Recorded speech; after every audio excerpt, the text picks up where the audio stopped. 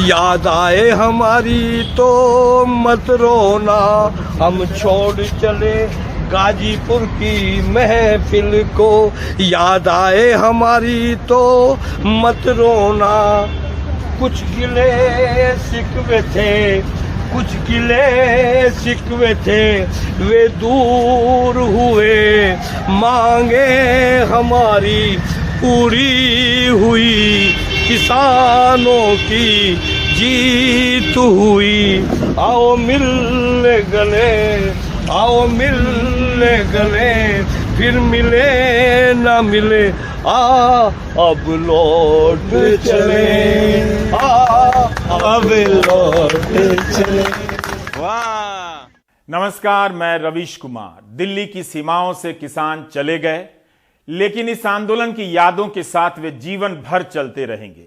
इस एक साल में उनके बीच ऐसे गहरे रिश्ते बन गए कि एक दूसरे से बिछड़ना जीत के जश्न को गमगीन कर गया। गांवों में लौटे किसान आंदोलन की यादों में डूबे हैं। इन किसानों के मोबाइल फोन में अरबों तस्वीरें हैं, वीडियो हैं, मालूम नहीं इनमें दर्ज असंख्य कहानियों का क्या होगा। सब अपनी अपनी यादों को लेकर लौटे हैं।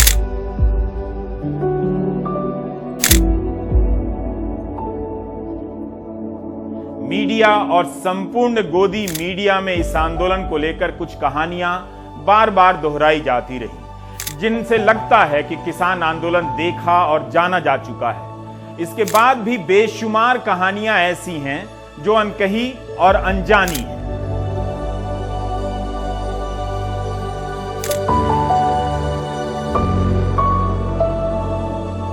ये मटका, इसमें पानी गर्मी में ठंडा पानी रखते थे इसमें। हाँ। और इसी में बर्फ डाल लेते थे, उसी से पानी से काम चलाते थे हम लोग यहाँ जब लू चलती थी। तो अब इसको घर लेकर जा रहे हैं, घर लेकर जा रहे हैं इसको। हाँ जी, इसे घर लेके जा रहे हैं। काहे के लिए घर लेकर? आने वाली पीढ़ियों को दिखाएंगे कि इस तरह हम लोगों ने आंदोलन लड़ा था। जो इसमें शामिल रहे हैं वो अब इस आंदोलन की स्मृतियों से दूर नहीं होना चाहते।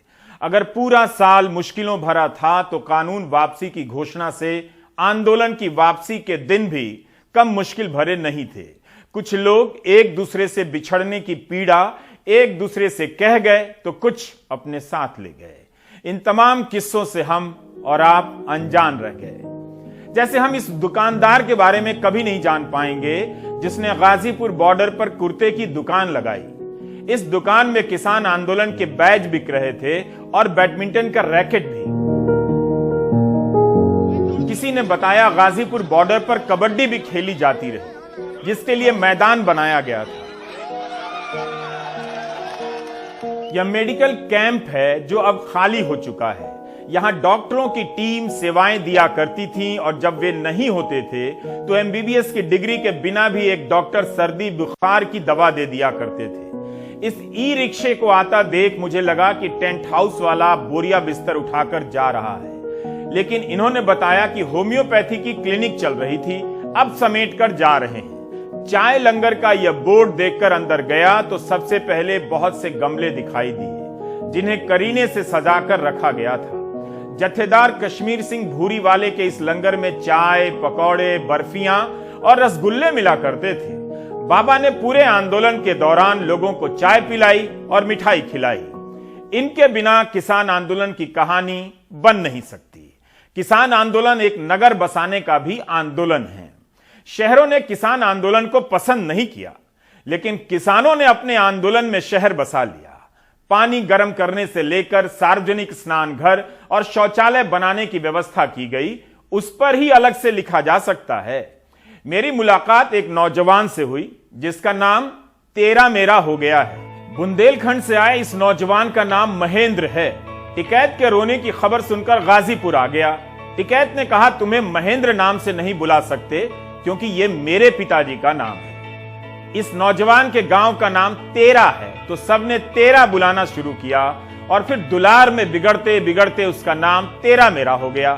महेंद्र को किसान आंदोलन ने एक नई पहचान दी है, नया नाम भी तेरा मेरा। शुरू में लगा कि गोदी मीडिया के रहते इस आंदोलन का दम घुट जाएगा, लेकिन बहुत कम समय में इस आंदोलन ने अभिव्यक्ति के कई सारे अवसर पैदा कर दिए। सरकार आपदा में अवसर पैदा कर रही थी और किसान अभिव्यक्ति के अवसर पैदा कर रहे थे। इतने सारे अवसर पैदा कर दिए कि कई लोग इस आंदोलन को जैसे तैसे कवर करने लगे, रिकॉर्ड करने लगे। जिस इंटरनेट से आंदोलन के खिलाफ जहर फैल रहा था, उसी इंटरनेट से आंदोलन भी फैलने लगा।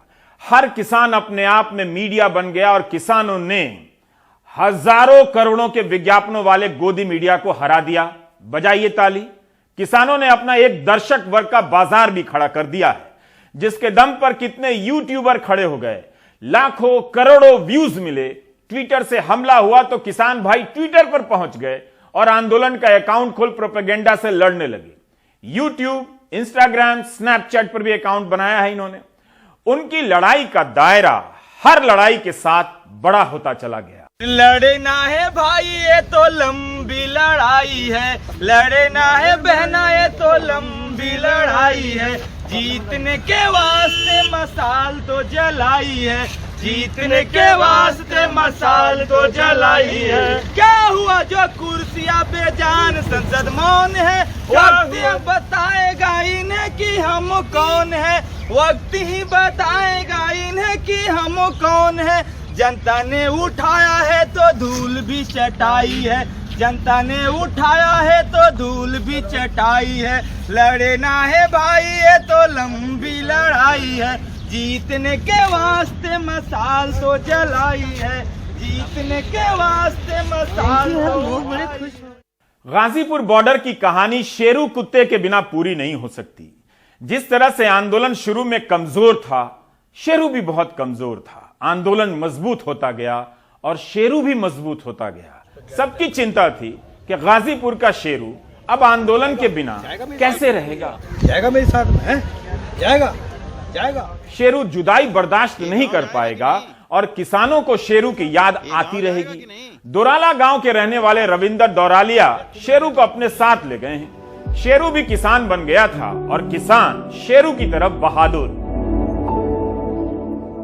एक जिंदा दिल आंदोलन अनगिनत जीवन रेखाओं से बना होता है। अखबार बांटने वाला आकाश नजर रखने लगा कि अखबारों में आंदोलन के बारे में क्या छप रहा है। वह हर दिन 25 से 30 अखबार मुफ्त में बांटा करता था अपनी जेब से, कि किसानों को पता रहे कि अखबार क्या छाप रहे हैं। ये क्यों बांटते थे भाई आकाश? सेवा करते थे, मतलब लोगों किसानों को दिखाना था कि तुम्हारे बारे में मीडिया क्या कर रहा है, प्रिंट मीडिया में क्या चल रहा है। इस लंबी लड़ाई के लिए किसानों ने कई प्रतीकों को पहली बार अपनाया। शुरू में छवि बनाई गई कि वे तोड़फोड़ करेंगे, कानून नहीं मानेंगे। किसानों ने संविधान को अपना अभिभावक बना लिया और यह धारणा पहले ही दिन तोड़ दी कि उनका आंदोलन कानून तोड़कर कानून का विरोध करने आया है। कानून पर चलते हुए कानून का विरोध कर दिखा दिया। हर समस्या का मुकम्मल समाधान हूं मैं, भारत का संविधान हूं। यहां संविधान एक व्यक्ति के रूप में किसानों से संवाद कर रहा है, आश्वासन दे रहा है कि मैं समाधान हूं। अब जब यह मंच उजड़ चुका है, आप संविधान की किताब के इस कटआउट को फिर से देखिए। हजारों निष्ठाओं में बटे किसानों ने संविधान में अपनी एकता देखी और संविधान को अपना इष्ट बना लिया। इसमें संविधान मैं की शक्ल में किसानों से बात कर रहा है। शशि भूषण और अशोक टकसालिया को हम और आप नहीं जानते हैं, मगर इन दो अनजान लोगों ने संविधान को कितना जैविक बना दिया है। जय जवान और जय किसान के नारे को एक चेहरा दिया है। उसे बदलकर मैं जवान मैं किसान आंदोलन कर दिया गया है। जो नारा आज तक निराकार था, उसमें मैं जोड़कर जान डाल दी गई है। किसान आंदोलन बहुत सी चीजें पहली बार कर रहा था, तो बहुत सी चीजें पहले के आंदोलनों से भी ले रहा था। शाहीन बाग के आंदोलन से औरतों और बच्चों को वहां आने का हौसला मिला, तो दलित आंदोलन और उसके बाद शाहीन बाग के नायक संविधान की किताब को अपना रहनुमा बना लिया। शाहीन बाग भी कई मायनों में सफल आंदोलन रहा। 2 साल से नागरिकता कानून के नियम नहीं बने हैं। किसान आंदोलन में भी एक शाहीन बाग था और यही शाहीन बाग की सफलता है। संविधान के कारण आंदोलन का आंचल इतना बड़ा हो गया कि नौजवान, बुजुर्ग, महिलाएं और बच्चे आंदोलन में आए। महिलाओं ने स्टेज संभाले तो मर्दों ने रोटियां बनाई। इस आंदोलन ने हर हिंसा की, उसी वक्त निंदा भी की। इस आंदोलन को कवर करने वालों की अपनी अपनी कहानियां हैं। फोटो पत्रकार सर्वेश 66 साल की उम्र में हर दिन आंदोलन के हर मोर्चे को कवर करने जाती थी। फ्रीलांसर सर्वेश ने बताया कि उन्होंने इस आंदोलन को लेकर 1 लाख के करीब फोटो खींचे हैं। 100-150 GB से अधिक का डेटा हो गया है। उन्हें उम्मीद थी कि अखबार किसान आंदोलन की तस्वीरें छापेंगे, मगर जो छाप रहे थे उनने भी मना कर दिया। 10-15 तस्वीरें ही छपी, वो भी छोटे छोटे अखबारों में। सर्वेश ने सोचा उनके सामने से एक इतिहास गुजर रहा है, क्यों न इसे दर्ज किया जाए। वो इन तस्वीरों को रिकॉर्ड कर अपनी तरफ से फ्री सेवा देने लगी, मगर अफसोस मीडिया ने उनकी ये फ्री सेवा भी नहीं ली।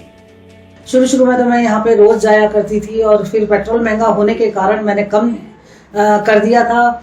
और दूसरा एक बात है, किसान आंदोलन की तो बहुत सारी चीजें आनी चाहिए थी, वो नहीं आई। किसान आंदोलन गांव मैंने कई सारे गांव में फैला हुआ था। मैंने कई सारे इनकी महापंचायत कवर की है और महापंचायत में जब मैं लोगों से बात करती थी तो गांव तक ये पहुंचा है। मैं जब इनके महापंचायतों में गई हूँ, लोगों से जब बातचीत की है, मीडिया में बिल्कुल नहीं आया है। मीडिया में इससे कहीं ज्यादा अच्छा होना चाहिए था, आना चाहिए था, वो नहीं आया है। हमारी तो इतनी बढ़िया लोकतांत्रिक सरकार है और किसी ना मेरी तो खैर फोटो खरीदेगी भी नहीं। मतलब बहुत सारी स्टोरीज आनी चाहिए थी किसानों की, लेकिन नहीं आई। किसान आंदोलन की 1 लाख तस्वीरों को छांटना आसान नहीं। फिर भी Sarvesh Indian women press core गईं, क्योंकि वहां फ्री वाईफाई है दिल्ली में, और वहां से आपके लिए उन्होंने कुछ तस्वीरें भेजी हैं। उन तस्वीरों के जरिए आंदोलन को महसूस कीजिए।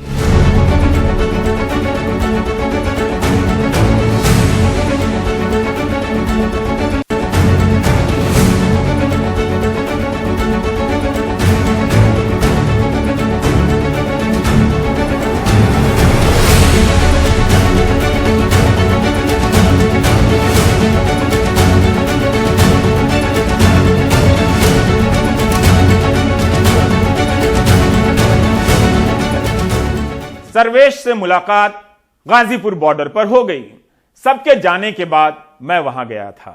बची खुची निशानियों से आंदोलन की बुलंदी की तस्वीरों के बारे में अनुमान लगा रहा था कि 1 साल पहले यहां के दिन रात कैसे बीते होंगे। कुछ किसान साथियों ने मुझे यह कमरा दिखाया। इस कमरे में भारतीय किसान यूनियन के नेता महेंद्र सिंह टिकैत की जोत रखी हुई थी। अंदाजा मिलता है कि किसानों ने साल भर तक आशा और निराशा के बीच किन किन चीजों के सहारे खुद को संभाला होगा। यहां तो बहुत सारे पंखे रखे हैं। गर्मी के दिनों में किसानों ने बहुत सारे कूलर, पंखे आंदोलन को दान में दे दिए और यहीं पर एक जिम भी बन गया। किसान सरकार से ही नहीं, अपने आप से भी लड़ रहे थे। अपनी निराशाओं से लड़ना सबसे बड़ी लड़ाई होती है।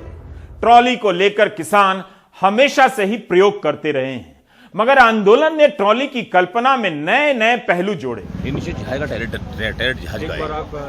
इस ट्रॉली में हवाई जहाज का पहिया लगाया गया है ताकि यह इसके ऊपर बने 2 कमरे का भार उठा सके। किसी ट्रॉली में एक बड़ा कमरा बना था तो किसी में 2-2 कमरे बने। दान में मिले गद्दों से बिछौना बना तो ट्रॉली की छत को भी गर्मी से बचाने के उपाय किए गए। बाहर ट्रॉलियों पर नारे लिखे गए, तस्वीरें लगा दी गईं शहीदों की। ट्रॉलियों को लेकर इतने प्रयोग किए गए कि ट्रॉली आर्किटेक्चर के नाम से आर्किटेक्चर के स्कूल में पढ़ाई होनी चाहिए। नए नए ढांचे बता रहे थे कि आंदोलन में केवल किसान नहीं थे, बल्कि उनके गांवों से निकले मजदूर और कारीगर भी थे। उन अनाम कारीगरों ने किसान आंदोलन को स्थायी रूप देने के लिए न जाने कितने घर बना दिए। आंदोलन में लोग ठहरने लगे और आंदोलन ठहरने लगा। 40 साल पुराने ट्रैक्टर से लगा यह जालीदार कमरा देखने लायक है। सीढ़ियों से चढ़ते हुए जब भीतर प्रवेश कर रहा था, किसी ने बताया कि इस ट्रॉली को बुलंदशहर के कारीगरों ने तैयार किया था। उनकी कारीगरी देखिए। किसान आंदोलन की बैठकें पारदर्शी रहें, इसलिए जालीदार बनाया गया ताकि बाहर से दिखता रहे। इसमें एक कमरा भी है सोने के लिए, जिसके लिए पर्दे लगाए गए हैं और एयर कंडीशन भी है। आप चाहें तो इसे वायरल करा सकते हैं। इस ट्रॉली के भीतर लिखे स्लोगनों को भी पढ़ लीजिए। पता चलता है कि किसान आंदोलन किसानों के बीच से डर और भय निकालने का भी आंदोलन चला रहा था। फिराक गोरखपुरी का शेर लिखा है, ये माना जिंदगी है 4 दिनों की, बहुत होते हैं यारों 4 दिन भी। महेंद्र सिंह टिकैत का एक कथन यहां है, ओ भोले किसान तू बोलना सीख ले और दुश्मनों को पहचान। हार और डर को लेकर एपीजे अब्दुल कलाम की बातें लिखी हैं। महात्मा गांधी का एक कथन लिखा है, डर शरीर का रोग नहीं है, यह आत्मा का रास्ता है। इसी के साथ जवाहरलाल नेहरू का भी कथन है, महान कार्य और छोटी सोच के लोग साथ साथ नहीं चल सकते। क्या आपको पता था कि किसान आंदोलन में नेहरू भी थे? नहीं ना।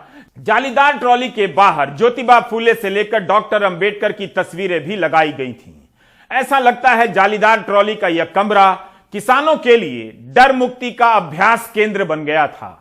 पवित्र कौर प्रीत 20-21 साल की हैं। उनके पिता टिकरी बॉर्डर की आयोजन समिति के वरिष्ठ नेताओं में से एक हैं।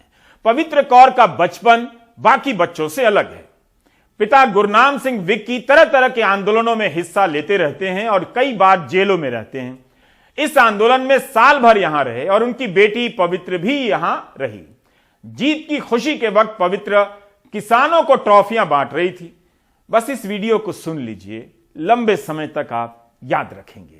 मेरा नाम पवित्र कौर प्रीत है और मैं मानसा ज़िले से बिलोंग करती हूँ। मेरे पापा का नाम गुरनाम सिंह भिक्की है, जो कि पंजाब किसान यूनियन के सूबा सकत्तर हैं और टिकरी बॉर्डर कमेटी के मुख्य आगू हैं। मैं हमेशा से गवर्नमेंट स्कूल में पढ़ी हूँ और मेरे मार्क्स भी हमेशा अच्छे थे। मैं इंटेलिजेंट थी स्टडी में भी। ऐसे मैं बास्केटबॉल की नेशनल चैम्पियनशिप में भी रही हूँ और मैं स्टडीज़ में भी अच्छी थी। जैसे मेरे 80% से नीचे कभी मार्क्स नहीं आए। हमारे बचपन के बारे में बहुत सी बातें हैं जो और बच्चों से बहुत डिफरेंट हैं। जैसे मेरे पापा हमेशा से लोगों के लिए लड़ते रहे हैं। शुरू से उन्हें लगभग 32 से 33 साल हो गए। गरीबों और किसानों की सेवा करते हुए वो उनके हकों के लिए लड़ते हैं और वो 8 से 10 बार जेल भी जा चुके हैं और उन पर कई चार्जेस भी हैं। तो हम शुरू से उनके साथ रहते हैं और वो हमें जैसे कोई वो प्रोटेस्ट होता है तो हमें साथ में लेकर जाते हैं। कोई महासम्मेलन होता है तो वहाँ पर भी हमें लेके जाते हैं। तो हमें वहाँ से बहुत सारी चीज़ें सीखने को मिलती हैं, कैसे दूसरों के साथ बातचीत करनी है और किसको कैसे जवाब देना है और सही को सही और गलत को गलत कहना है। दूसरे बच्चों की तुलना में आपका बचपन कैसा है? मुझे लगता है उनकी तुलना में हमारा बचपन यूनिक था। वो सभी वहीं करते थे, खेलना कूदना या घर पर रहना, है ना, रिश्तेदारी में जाना। हम छुट्टियों में हम कभी भी रिलेटिव्स के घर नहीं गए। हम हमारे पापा के साथ रहते और अलग अलग जगह घूम के आते जहाँ भी उनका आंदोलन होता है ना। तो उससे हमें बहुत ज़्यादा नॉलेज मिली कि कैसे हमें अपनी ज़िंदगी को डेवलप करना है और कैसे हमें रहना है और लोगों से बातचीत कैसे करनी है और उनके दुख को कैसे समझना है। यह वीडियो रोहित कुमार ने रिकॉर्ड किया है। रोहित एक फ्रीलांस टीचर हैं जो स्कूली बच्चों को जीवन कौशल की ट्रेनिंग देते हैं। फ्रीलांसर फोटोग्राफर सर्वेश की तरह रोहित भी कई दिनों तक आंदोलन में जाते रहे और वीडियो बनाते रहे, लोगों से बातें करते रहे। रोहित ने वायर के लिए किसान आंदोलन पर कई सारे लेख भी लिखे। रोहित अपने मां के निधन के बाद गम में डूबे थे, तभी किसान आंदोलन शुरू हो गया। रोहित को लगा कि मीडिया किसानों को इतनी गालियां दे रहा है, मतलब किसान कुछ तो अच्छा कर रहे होंगे।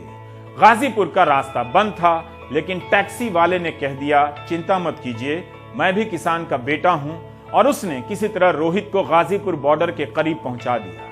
पैदल चलकर जब रोहित आंदोलन स्थल पर पहुंचे तब तक काफी थक चुके थे। वहां उनकी पहली मुलाकात मंजीत बाबा से हुई और इस शख्स ने पहला सवाल ही यही किया, कुछ खाओगे? ये नहीं पूछा तुम कौन हो। यह बात रोहित के दिल में ठहर गई और रोहित के भीतर किसान आंदोलन ठहर गया। रोहित ने चुपचाप आंदोलन को रिकॉर्ड करना शुरू किया और इंडिया स्पीक्स नाम से यूट्यूब चैनल बना लिया। इस चैनल पर बहुत कम सब्सक्राइबर हैं, फिर भी रोहित अपनी निष्ठा से काम करते रहे, अपने लिए किसान आंदोलन को देखते रहे। प्यार, अहिंसा, साहस, ये चीजें समाज में देखने के लिए दिल तरसता है और यही चीजें हमने दिल्ली के बॉर्डरों पर किसानों के बीच देखी। टिकरी बॉर्डर पर बहुत सारे गरीब किसान थे और उनके पैरों पर जुराबें नहीं थी। सर्दी का वक्त था तो हमने सोचा क्यों ना उनके लिए ऊन की जुराबें ले जाएं।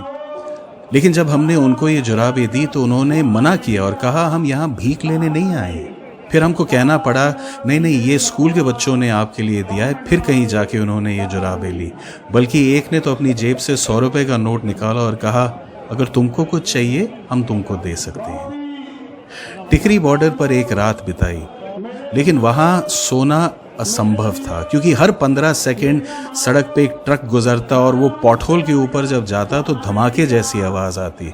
अरे हम वहाँ एक रात मुश्किल से बिता सकते हैं, ये लोग वहाँ पूरा साल रह चुके हैं। टिकरी बॉर्डर पर भारतीय किसान यूनियन उग्राहा का मोर्चा बंधा था।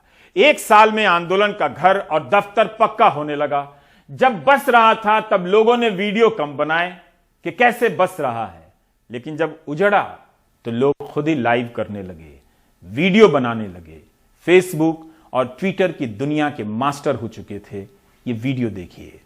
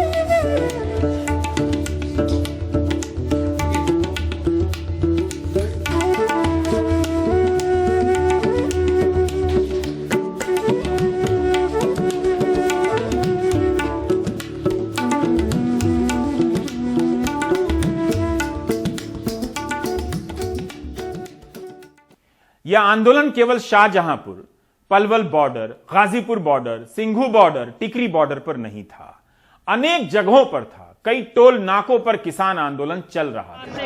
आज यहाँ पर रिबन काटा जा रहा है किसानों द्वारा। राष्ट्रीय राजमार्ग का यह टोल प्लाजा 350 दिनों के बाद चालू हुआ है। बस्ताड़ा टोल प्लाजा बंद रहने से सरकार को 300 करोड़ का नुकसान हुआ है। इसका लाभ मिडिल क्लास को भी मिला। उन्हें कई दिनों तक टोल टैक्स नहीं देना पड़ा। यहां से हर दिन 30 से 35 हजार छोटे बड़े वाहन और 8 से 10 हजार बड़े और भारी वाहन गुजरते हैं। अब सभी को टोल देना पड़ेगा। इस आंदोलन के बुजुर्ग इसकी जान थे। बुजुर्गों ने इस आंदोलन को अपने अनुभवों का संरक्षण दिया। 99 साल के हैं, हमने 99 साल का बुजुर्ग कभी अपने जीवन में नहीं देखा, तो मैं आपका गाजीपुर बॉर्डर पर मेरी मुलाकात राज सिंह से हुई। हमारे सहयोगी रवीश रंजन राज सिंह के कई किस्से सुनाया करते थे। इस 1 जनवरी को राज सिंह 100 साल के होने वाले हैं। हैप्पी बर्थडे बोलिए ही नहीं। मुरादनगर के जलालाबाद गांव के राज सिंह के एक इशारे पर 40-50 ट्रैक्टरों से भरे किसान गाजीपुर पहुंच गए थे। राज सिंह जहां बैठ जाते थे वहीं अड्डा बन जाता था। इस उम्र में राज सिंह ने मुझसे भी कहा, सरकार कुछ करेगी तो मुझे बताना, मैं ट्रैक्टर लेकर आ जाऊंगा। लोकतंत्र के इस प्रहरी को मेरा सलाम, आपकी तरफ से प्रणाम। ये 3 कानून दिए इसने वही वापस ले लिया, हमें मिला क्या? ये जो हमारे 5 पंच चुन कर दिए, जो निर्णय करेंगे ये करेंगे, हम तो उठ कर जा रहे हैं। फिर कोई ऐसी बात होगी फिर दोबारा आ जाएंगे। किसान आंदोलन कभी भी पूरा कवर नहीं हो सकता है। आंदोलन समाप्त होने के बाद भी समाप्त नहीं हो पा रहा है। मुकेश सिंह सेंगर ने आज रिपोर्ट फाइल की है कि सिंघू बॉर्डर पर रास्ता इसलिए पूरी तरह नहीं खुल सका है क्योंकि सरकार ने किसानों को रोकने के लिए जो मोटी दीवारें खड़ी की थी, बैरिकेड बनाए थे, कंटेनर लगाए थे, उन सब को हटाने में, तोड़ने में वक्त लग रहा है। किसानों के साथ बहुत से किस्से चले जाएंगे। गाजीपुर बॉर्डर पर कचरे का पहाड़ है, उसकी बदबू के बीच किसान कैसे दिन और रात गुजारते होंगे। एक किसान ने कहा कि शुरू में बदबू बर्दाश्त नहीं हुई, बाद में आदत हो गई।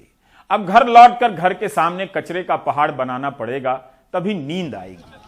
ऐसी मुश्किल लड़ाई के बाद अगर इस देश का किसान अपनी गाड़ियों को फूलों से सजाकर वापस जा रहा है तो वह उसका हकदार है। उसने सरकार और गोदी मीडिया के बिछाए हर कांटे के बदले फूल ही तो उगाए। आत्मसम्मान और आत्मविश्वास की फसलें लगा दी जिसे हुकूमत काट नहीं पाई। इस आंदोलन में शामिल किसी भी किसान से टकरा जाइए, आपके सामने एक उपन्यास खुल जाएगा। ruralindiaonline.org नाम की एक शानदार वेबसाइट है, जाया कीजिए।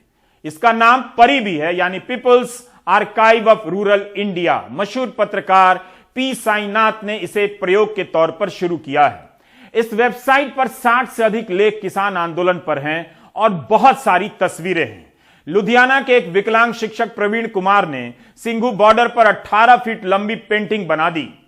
प्रवीण कुमार ने सोचा कि ऐसा क्या करें कि वे भी इस आंदोलन का हिस्सा बन जाएं। उन्होंने यह शानदार पेंटिंग बनाई, किसान आंदोलन की स्मृतियों को आकार दे दिया। परी की वेबसाइट ऐसी अनगिनत कहानियों के साथ याद दिलाती रहेगी कि किसान भारत की जान हैं।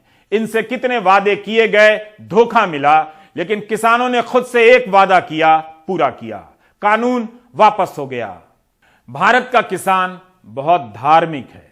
धर्म के बिना वो जी नहीं सकता, लेकिन किसान इस भारत को बता गए हैं कि भारत का एक और धर्म है, नागरिक धर्म।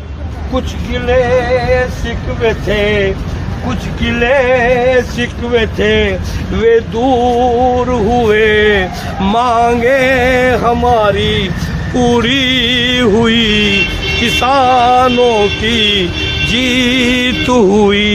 आओ मिलने गले, आओ मिलने गले, फिर मिले ना मिले, अब लौट चले, अब लौट चले। वाह।